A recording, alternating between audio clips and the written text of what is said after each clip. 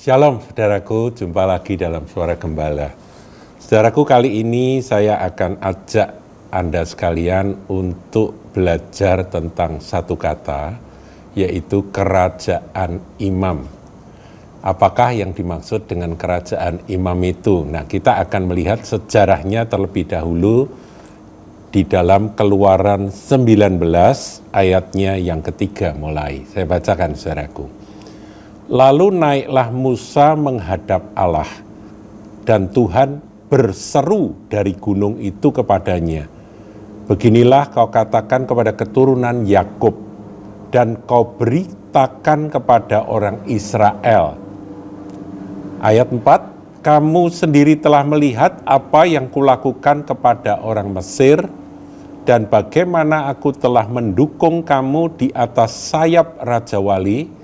Ini adalah bahasa figuratif dari kuasa Roh Kudus, dan membawa kamu kepadaku. Nah, saudaraku, ayat ini kalau kita renungkan dalam, saudara, ini bicara tentang panggilan terhadap umat Tuhan, orang Israel yang tadinya ada di Mesir dan diperbudak sekian ratus tahun, kemudian oleh Tuhan, bagaimana Tuhan bertindak dan mereka boleh dimerdekakan dari perbudakan Mesir, dan Tuhan katakan, aku telah mendukung kamu di atas sayap Raja Wali. Sekali lagi itu adalah gambaran kiasan dari kuasa Roh Kudus yang menyertai, dan membawa kamu kepadaku, kata Tuhan. Nah, saudara, kalau ini kita aplikasikan dalam kehidupan kita sebagai umat Tuhan di Perjanjian Baru, ketika saudara ngalami kuasa Tuhan, ngalami bagaimana Tuhan itu berpekara dalam hidup saudara sebelum Anda mengenal akan kasih karunia dalam Yesus Kristus, sesungguhnya itu adalah kasih Tuhan yang dinyatakan untuk memerdekakan kita semua dari hidup lama, saudara. Saudara, saya, kita semua dipanggil dari perbudakan dosa dalam hidup lama kita. Nah, kita dipanggil untuk apa? Dikatakan, dan membawa kamu kepadaku, ya. Jadi tujuannya adalah supaya kita ini dibawa kepada Dia, menjadi satu dengan Dia, mendekat kepada Dia. Ya, jadi jangan saudara berpikir bahwa kalau aku ditolong oleh Tuhan, dimerdekakan dari perbudakan di dalam hidup lama, kemudian supaya aku diberkati dan kemudian aku menjadi sukses, menjadi menjadi orang yang hebat di dunia ini. Bukan itu. Itu adalah sampingan, itu adalah tambahan. Tetapi yang utama adalah supaya kita datang kepada Dia, menjadi milik kepunyaan Dia, dan melekat kepada Dia selama-lamanya. Yaitu ada di ayat 4. Nah, sekarang di ayat 5. Jadi sekarang, jika kamu, perhatikan, jika kamu sungguh-sungguh. Nah, saudaraku, kata sungguh-sungguh ini menarik untuk digarisbawahi. Jadi keseriusan kita di dalam mengikut Tuhan itu menjadi kerinduan Tuhan. Tuhan menyampaikan sungguh-sungguh. Sungguh-sungguh. Mendengarkan firman-Ku. Jadi kalau kita mendengar firman Tuhan, seperti saat ini saudara mendengar akan renungan firman Tuhan ini, apakah ada sungguh-sungguh mendengarkan firman-Ku, kata Tuhan.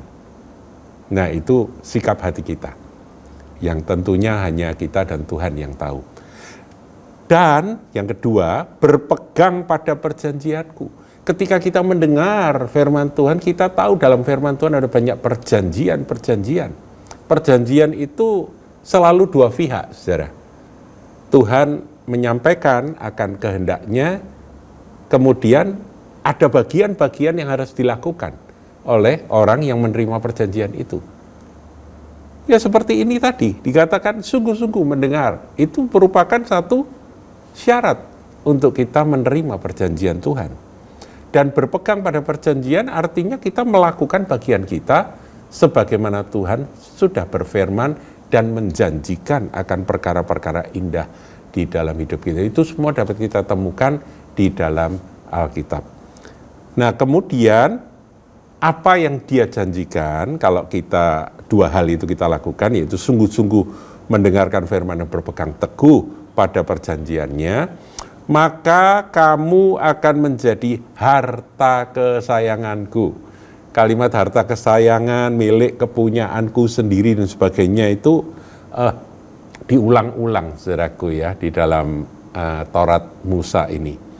Jadi ini isi hati Tuhan. Dia memanggil saudara dan saya supaya kita ini boleh menjadi harta kesayangannya Tuhan sendiri dari antara segala bangsa, sebab akulah yang empunya seluruh bumi. Nah, kita masuk ayat yang ke-6, saudaraku.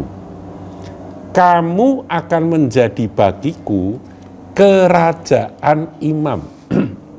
Saudara, ini adalah kerinduan hati Tuhan. Ketika dia memanggil umat Israel keluar dari perbudakan Mesir, ini isi hati Tuhan disampaikan melalui Musa. Aku ingin jadikan kamu bagiku sebuah kerajaan imam. Apakah yang dimaksud dengan kerajaan imam itu? Kerajaan imam adalah suatu kerajaan yang mana semua penduduknya, semua rakyatnya itu adalah imam. Imam itu apa, saudaraku? Orang-orang yang melayani Tuhan. Orang-orang yang dipanggil dan dikhususkan untuk mengabdi kepada Tuhan. Itu imam. Paham, saudaraku? Jadi kerinduan hati Tuhan itu ketika dia memanggil umatnya, Israel pada waktu itu. Dan nanti kita akan lihat bahwa Israel gagal, saudara. Israel gagal. Sehingga kerajaan imam yang menjadi kerinduan hati Tuhan itu tidak pernah terjadi. Dan nanti setelah Yesus datang dan kita sebagai umat perjanjian baru yang menjadi anak-anak Allah, sesungguhnya kitalah yang harus menggenapi akan kerinduan hati Tuhan sejak semula. Yaitu gereja Tuhan harus menjadi sebuah kerajaan imam. Kerajaan itu adalah satu pemerintahan di mana Tuhan menjadi raja dan kita semua penduduknya, rakyatnya adalah imam-imam yang melayani Tuhan. Nah, kemudian dan bangsa yang kudus. Ini kerinduan Tuhan, yaitu supaya umatnya itu menjadi umat yang kudus. Separated, yang dipisahkan, tidak menjadi serupa dengan dunia, tapi benar-benar menjadi umat yang kudus bagi Dia. Punya satu budaya, punya satu cara hidup, punya prinsip-prinsip hidup, hukum-hukum kerajaan imam itu dilaksanakan, saudaraku. Nah, itulah bangsa yang kudus. Nah, saudara pengen tahu, kalau kita umat perjanjian baru, kita ini milik Kristus, sebagai bangsa kudus, aturan kita apa? Ya Injil, saudaraku. Saya seringkali sebut bahwa hukum-hukum kerajaan yang Tuhan tetapkan adalah Matius 5, 6, 7. Itu saja, saudaraku, ya. Inilah semuanya firman yang harus kau katakan kepada orang Israel. Nah, saudara, saya ingin sampaikan bahwa meskipun itu adalah kerinduan hati Tuhan dan sudah disampaikan kepada umat Israel, tetapi tidak pakai lama, saudaraku. Israel gagal total. Kita akan lihat peristiwa di dalam Keluaran 32. Saya tidak akan baca semua, saudara, dalam Bible reading, saya harapkan saudara sudah membaca akan kisahnya bagaimana ketika Musa naik ke Gunung Sinai dan tidak turun-turun karena ada urusan sama Tuhan, umat Tuhan gelisah. Dan kemudian provokatornya mulai bermunculan, mereka mendesak Harun supaya Harun membuat bagi mereka satu Allah yang menjadi pemimpin mereka, ya, yang menuntun mereka. Jadi mereka itu mintanya begini dalam 32 ayat 1 ya.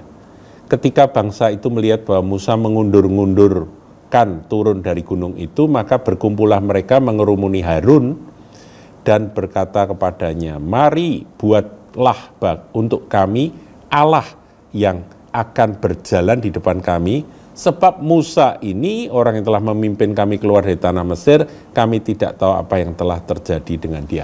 Nah, kemudian Harun yang saya ini tidak punya prinsip sebagai pemimpin, sebagai imam besar bagi umat Tuhan, dia nggak punya prinsip.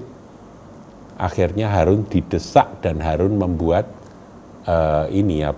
cetakan dari anak lembu, dan kemudian dikumpulkanlah emas dan dimasukkan, dibakar, dan keluarlah anak lembu emas yang menjadi berhala, menjadi ilah bagi umat Israel pada waktu itu. Dan ini adalah dosa yang sangat-sangat besar, menjijikkan dan menyakiti, melukai hati Tuhan. Nah, ketika Musa turun gunung, Musa melihat mereka menyembah akan menari-nari dan menyembah akan anak lembu emas tuangan itu. Marahlah Musa, saudara baca sendiri bagaimana Musa bertindak, dan inilah yang saya ingin sebutkan bahwa kerajaan imam yang ada di hati Tuhan itu gagal total. Nanti berubah menjadi bukan kerajaan imam. Israel bukan kerajaan imam lagi. Meskipun rencana Tuhan mestinya demikian. Ayat 26 dari Keluaran 32.